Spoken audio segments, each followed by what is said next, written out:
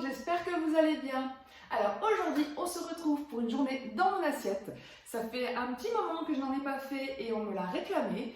Donc c'est une vidéo un peu transitoire puisque comme je vous l'avais dit dans la précédente vidéo ainsi que les précédentes vidéos, je vais attaquer le thème du budget. Donc je vais y venir en fin de vidéo pour vous expliquer ce qui va arriver sur la chaîne. En attendant, je vais vous montrer une petite journée tranquille dans mon assiette. J'espère qu'elle vous plaira. Donc écoutez, c'est parti, on commence par le petit déjeuner. Alors pour ce petit déjeuner, je vais faire un porridge protéiné, recette de Alice Esmeralda que j'adore et que je me fais assez fréquemment en ce moment, puisqu'avec la météo que nous avons, comme vous pouvez le voir, il fait moche et il fait froid aussi, donc c'est très réconfortant dès le matin. Du coup, c'est très simple. Pour cette recette, vous aurez besoin de flocons d'avoine, de protéines en poudre. Donc moi, j'utilise celle de chez Sink. Comme vous le savez depuis un moment, cette poudre est vraiment magique. Elle est vraiment super bonne. Celle-ci est à l'apple pie, donc à la pomme. Et vraiment, c'est super... voilà, c'est un petit goût de pomme léger. C'est assez sucré comme goût, hein, malgré qu'au niveau des compos, vous voyez, hein, quand on regarde les compos de glucides et de sucre, il n'y a rien. Mais c'est vrai que dedans, ça donne un bon goût sucré. Et normalement, elle utilise de l'eau, mais moi je préfère utiliser du lait pour le porridge. Je le trouve beaucoup plus crémeux comme ça. Et j'utilise celui-là parce que c'est celui que j'ai ouvert dans mon frigo. Donc je l'avais acheté lors d'une promo, mais je vous le conseille pas forcément parce que je sais qu'il est très cher à l'achat. Et en plus, le goût est vraiment très léger. Donc vu ce qu'il y a dedans, c'est pas très utile. Alors du coup, je verse les flocons d'avoine.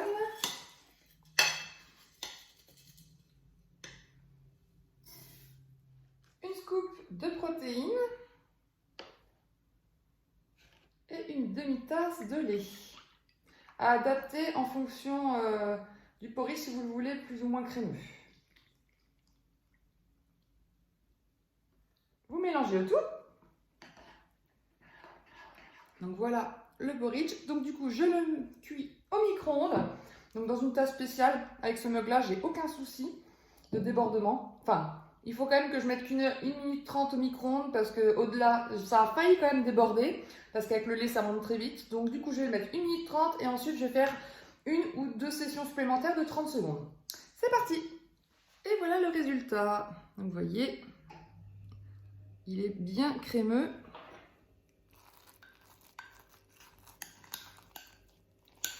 Donc on va transvaser.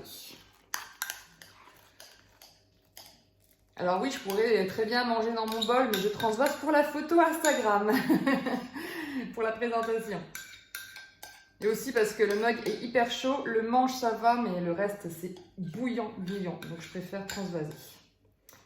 Du coup, au niveau des toppings, alors je vais mettre un peu de cacao nibs, que j'avais racheté sur Casidomi, donc je le mets sur le porridge chaud.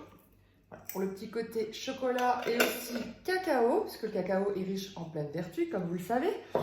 Et c'est pour le côté gourmand, hein, bien sûr. Je mets des framboises, qui est mon fruit préféré, comme Alice, hein, qui met énormément de framboises dans ses porridge, ainsi que dans tous ses petits déjeuners.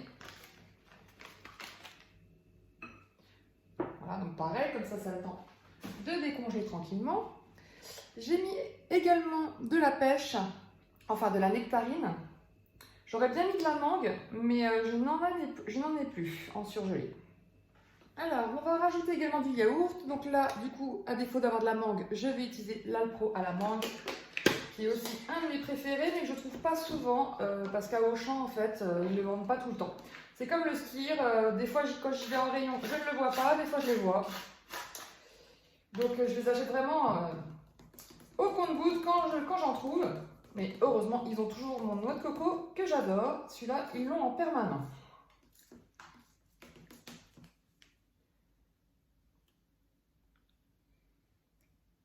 Donc là, je mets l'équivalent d'un pot de yaourt de 100 grammes. Hein, donc ça fait environ 3 bonnes cuillères à soupe. Et je vais rajouter aussi quelques noix. Donc, quelques noix du Brésil. Elles sont riches en sélénium. Quelques noix de Grenoble.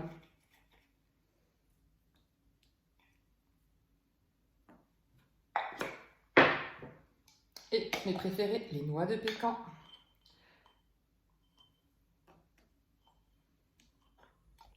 Et voilà mon porridge.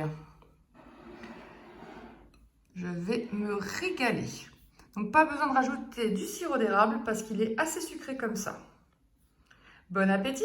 Bon, on se retrouve directement pour le goûter parce qu'en fait, à midi, j'ai mangé chez ma maman car je suis allée à la messe pour emmener Harry au toiletteur et du coup, j'avais profité pour manger avec elle et j'ai juste emmené les restes de mes pâtes d'hier.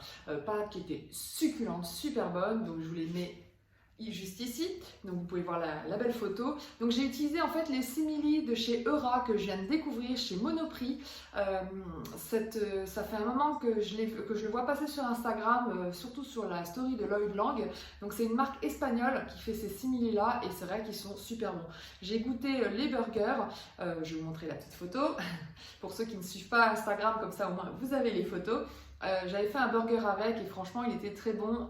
Je préfère quand même Beyond Meat. Il n'y a pas photo au niveau du simili, mais celui-là est quand même très bon. C'est juste que il est assez fumé et j'aime un peu moins par rapport à ça. Mais donc ils me font penser d'ailleurs au Moving Mountain que j'avais déjà goûté. Pour moi, ils sont identiques, mais c'est vrai que du coup ces steaks sont beaucoup moins chers, donc voilà, à voir. De temps en temps, ça permet de jongler, c'est pas plus mal. Par contre, au niveau des aiguillettes, donc les chunks, comme ils les appellent, hein, je vous montre aussi en photo, ceux-là par contre, ça ressemble fortement aux aiguillettes des nouveaux fermiers. Donc vraiment, ils sont succulents, super bons.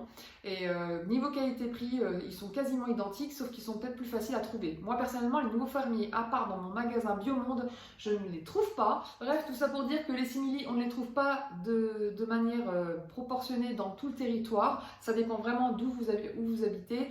Donc là, je sais que pour tout ce qui est Eura, c'est principalement Monoprix. Ils ont lancé justement sur Instagram l'ensemble de tous les magasins où ils sont distributeurs. Et donc j'ai eu la chance de voir que dans le 57, donc en Moselle, il n'y en avait pas, mais que dans le 54, là où je vis, il y en avait. Donc j'étais contente, je suis allée voir et en effet, je les ai trouvés en rayon.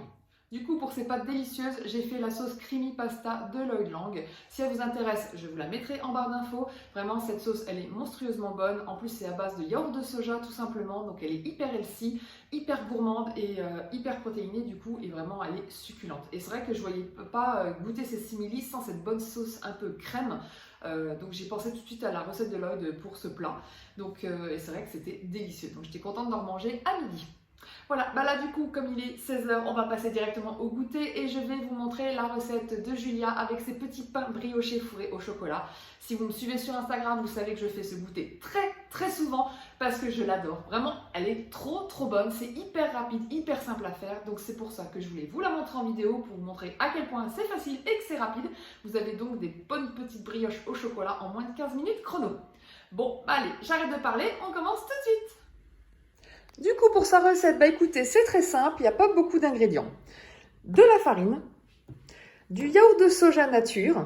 Alors là, c'est mon pot maison parce que je les ai faits hier.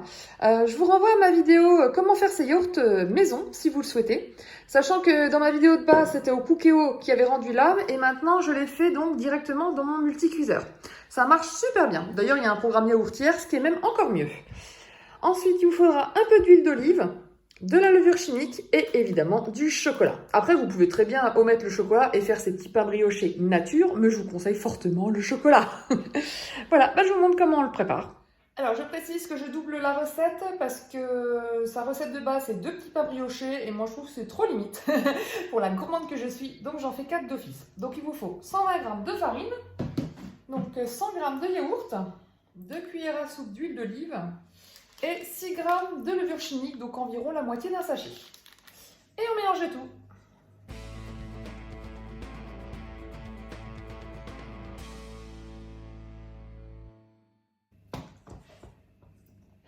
Donc voilà la belle boule. Bon, on farine le plan de travail. Et ses mains surtout.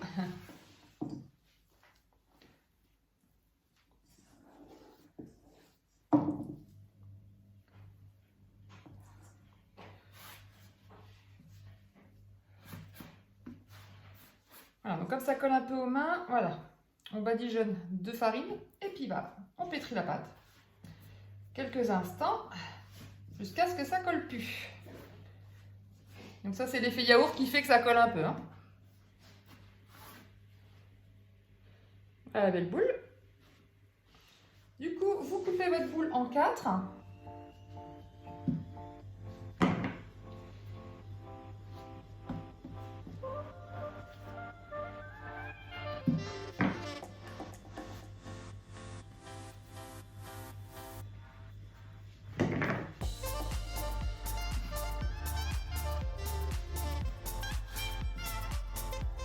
Voilà. Du coup, vous prenez votre boule, vous l'aplatissez le plus possible.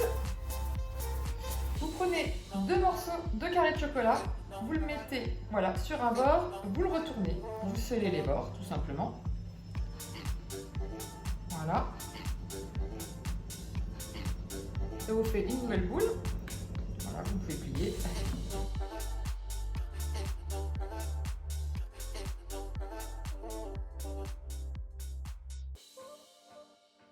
Maintenant, il n'y a plus qu'à appliquer la petite dorure. Donc, j'ai mélangé du yaourt nature avec du sirop d'érable. Donc, on badigeonne bien. On n'hésite pas sur les côtés. Donc ça, c'est surtout pour que ça dore, mais aussi pour le petit côté sucré. Puisque les brioches sont vraiment nature. Bon, bien sûr, il y a le chocolat au milieu, hein, mais sinon, vous sentirez au niveau de la brioche que ça fait vraiment nature. Donc, si vous êtes fan plutôt de brioche sucrée, n'hésitez pas à mettre donc du coup pas mal de dorure pour avoir un peu plus de côté sucré. Voilà, donc il n'y a plus qu'à enfourner à 180 degrés pendant 8 minutes. Et voilà mes petits pains briochés. Vous voyez, on dirait vraiment des petits pains bien moelleux. Oh, on a déjà le chocolat qui sort là. Je vous montre l'intérieur.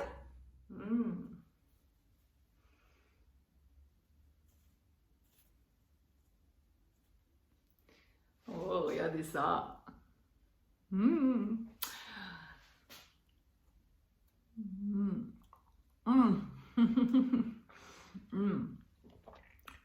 tuerie. Je vous la conseille 1000 fois.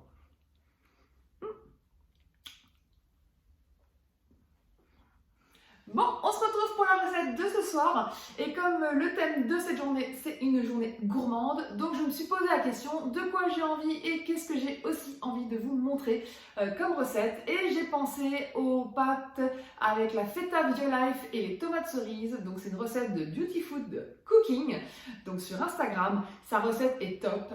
Du coup, comme à la place, j'ai déjà mangé des pâtes à midi, je vais les remplacer par des gnocchis ce soir. Alors vous allez me dire, c'est quasiment pareil, hein.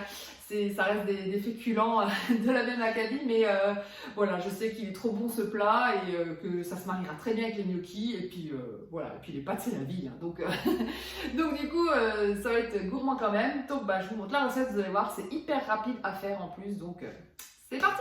Alors pour cette recette, l'ingrédient principal va être évidemment le blanc grec de Violife, donc qui ressemble à une feta et qui a un léger goût de chèvre. C'est mon préféré de la gamme Violife. Si vous me suivez depuis un moment sur la chaîne, vous le savez. Donc ce petit bloc mélangé avec des tomates cerises et les épices suivantes. Donc il faudra de l'huile d'olive, du basilic, du thym, du romarin, un peu de sel et de poivre. Donc je vais vous montrer comment on prépare ça, mais vous allez voir, c'est hyper rapide. Et du coup, à la place des pâtes, comme je vous l'ai dit, je vais utiliser des gnocchis. Du coup, dans un plat qui va au four, vous mettez tout simplement vos tomates cerises. Donc là, j'ai environ 180 grammes, donc c'est à peu près la moitié de la recette de base. Donc normalement, il y a le bloc entier de Violife, mais comme j'ai pas assez de tomates, je vais mettre que la moitié. Donc je vais le couper en deux. Et je le montre pour ceux qui l'ont jamais vu, à quoi ça ressemble. Donc au niveau texture et goût, vraiment nickel. Hein. Donc j'en coupe la moitié. Alors vous pouvez le laisser tel quel, mais je sais que la première fois que je l'ai laissé tel quel, je trouvais que ça avait plus de mal à fondre. Donc moi je préfère le couper en petits dés. Voilà, donc vous le rajoutez avec les tomates cerises. Du coup, on met les épices, donc un peu de basilic, un peu de thym, donc n'hésitez pas à y aller, hein. Un peu de romarin. Voilà, du sel, du poivre. Et de l'huile d'olive, donc il faut être assez généreux, il faut environ mettre 3 centilitres. Donc voilà, ça devrait largement suffire. Voilà, il n'y a plus qu'à mettre au four, donc 180 degrés pendant 20 minutes. Du coup, le temps que ça cuise au four, je suis en train de cuire les gnocchis, comme ça c'est fait. Et je me prends une petite tourtelle en apéro. Bon appétit! Aïe! J'arrive pas à l'enlever! Oh.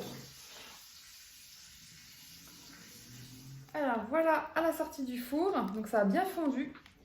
Donc j'ai pris un plus grand conditionnement pour mettre les gnocchis et on va mélanger donc avec la sauce feta et les tomates. On mélange bien. Voilà nos deux plats. Je me rends compte que j'ai peut-être eu la main lourde un peu sur l'huile.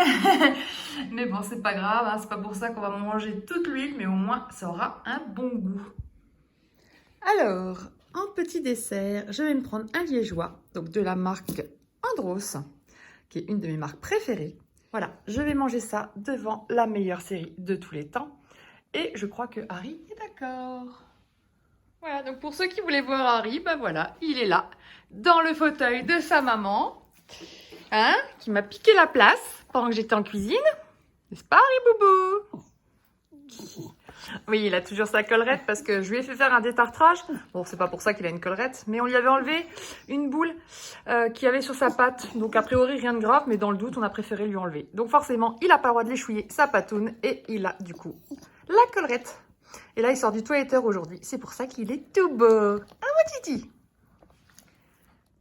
Du coup, on se retrouve le lendemain pour la conclusion de cette journée dans mon assiette et pour vous expliquer donc le prochain défi budget qui va arriver très vite sur la chaîne. Alors déjà, je dois vous avouer que le repas d'hier soir était beaucoup trop gras. J'avais mis beaucoup trop d'huile d'olive et c'est vrai que d'habitude, je pèse toujours mes aliments. Là, j'ai pas voulu le faire et j'aurais dû. C'est pas très grave. Ça ne doit pas vous empêcher de faire cette recette parce que franchement, elle est super bonne. C'est la 3e fois que je la tente. Mais c'est juste, ouais, mettez pas autant d'huile d'olive que dans la vidéo, respectez bien la recette donc, de Beauty Food Cooking, donc ne vous inquiétez pas, comme d'habitude, je vous mettrai tout en barre d'infos pour pouvoir refaire les recettes chez vous. En tout cas, j'espère que cette journée dans mon assiette vous a plu. Du coup, on passe directement au sujet principal qui est le défi de budget. Donc, comme vous le savez, je veux absolument dépenser moins en nourriture parce que je trouve que je dépense beaucoup trop.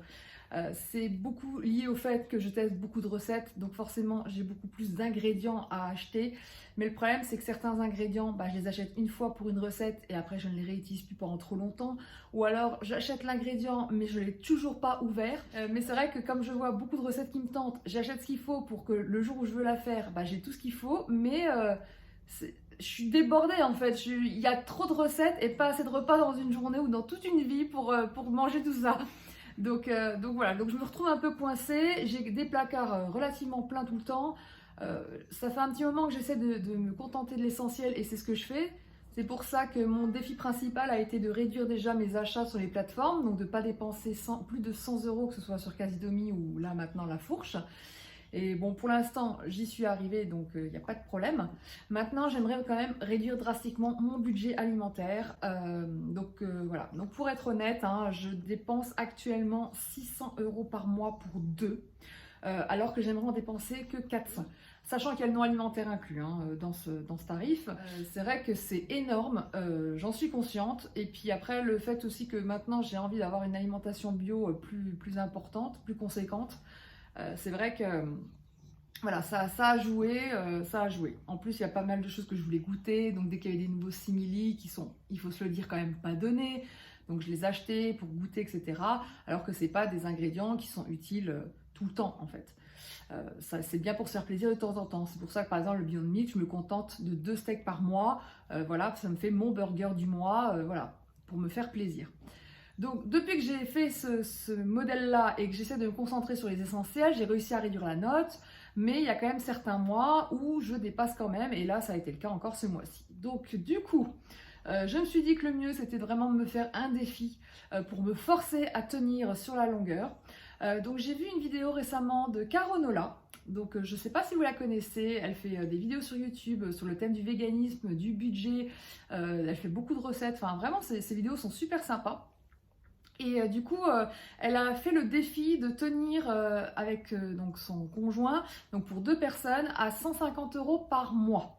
Mais, et ça je le précise parce que je trouve que c'est un point hyper important, 150 € certes, mais en vidant ses placards. Elle avait, comme moi, beaucoup de choses dans ses placards. Donc en gros, les 150 € c'est juste pour compléter. Donc principalement les fruits et légumes et tout ce qui est produits frais dont vous auriez besoin, genre les yaourts, voilà, ce genre de choses, les laits végétaux, etc.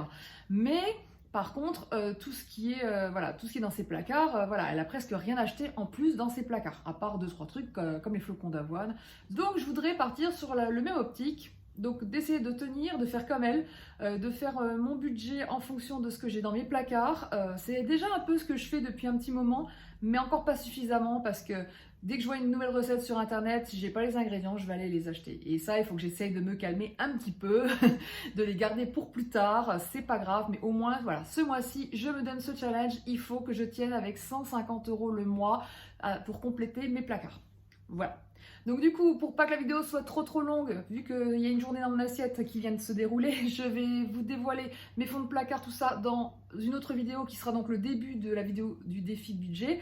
Je pense que je vais faire comme elle, je vais vous faire une vidéo par semaine pour vous montrer ce qu'il en est, c'est-à-dire le retour de course, les plats que j'ai fait. Et sinon, j'ai aussi acheté ce livre, donc qui est Cuisine Vegan Petit Budget de Marie Laforêt. C'est vrai que Marie Laforêt, je la connais, mais ses livres ne me tentaient pas tant que ça jusqu'à présent, parce que au niveau design, moi j'aime bien quand je lis un livre que ça me plaît au visuel, et quand c'est trop étouffant, pas trop de photos, beaucoup de blabla, ça me donne pas envie de le lire en fait, c'est un peu, c'est un peu contradictoire, mais ouais.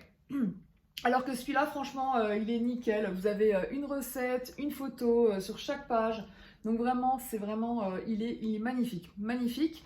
Et le but de ce livre, en fait, c'est qu'elle essaie majoritairement dans ses recettes que la portion revienne à 1 € maximum, qui est que 5 ingrédients principaux utilisés, hormis bien sûr les épices, l'huile ou l'eau, hein, les choses essentielles, et aussi que les recettes durent moins de 30 minutes chrono à faire. Et ça, c'est un gros plus parce que ça aussi, je cherchais des recettes un peu express, mais tout en étant gourmand et qui plaisent au quotidien. Et voilà, donc du coup son livre remplit en fait tous mes critères parce que c'est autant le côté économique que le côté rapide.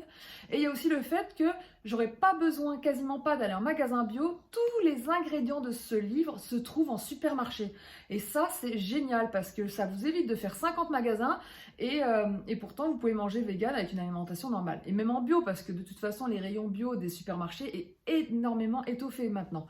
Donc voilà, donc c'est vrai que ça c'est un vrai plus. Donc du coup je vais également m'aider de ce livre pour finir mes placards, ou justement au contraire, si j'ai pas les ingrédients qu'il faut dans le placard, voilà, je sais que ça sera petit budget, que j'aurai pas trop à dépenser en utilisant ce qu'il y a dans ce livre. Donc voilà, donc du coup, je vous ferai comme ça en même temps un récap sur ce livre pour vous dire ce que j'en ai pensé. En tout cas, là jusqu'à présent, j'ai déjà testé 2 recettes et ça m'a beaucoup plu. Et c'était très simple et j'avais tout dans mes placards, donc c'était hyper pratique. Donc je vous ferai un récap toutes les semaines pour vous faire, voilà, pour vous dire ce qu'il en est au niveau de ce livre et de ce défi. Voilà, c'est tout pour cette vidéo. Si vous n'êtes pas encore abonné, je vous invite à le faire dès maintenant pour ne pas louper les notifications de mes prochaines vidéos. En tout cas, je vous souhaite une excellente soirée et on se dit à très vite pour une prochaine vidéo. Ciao!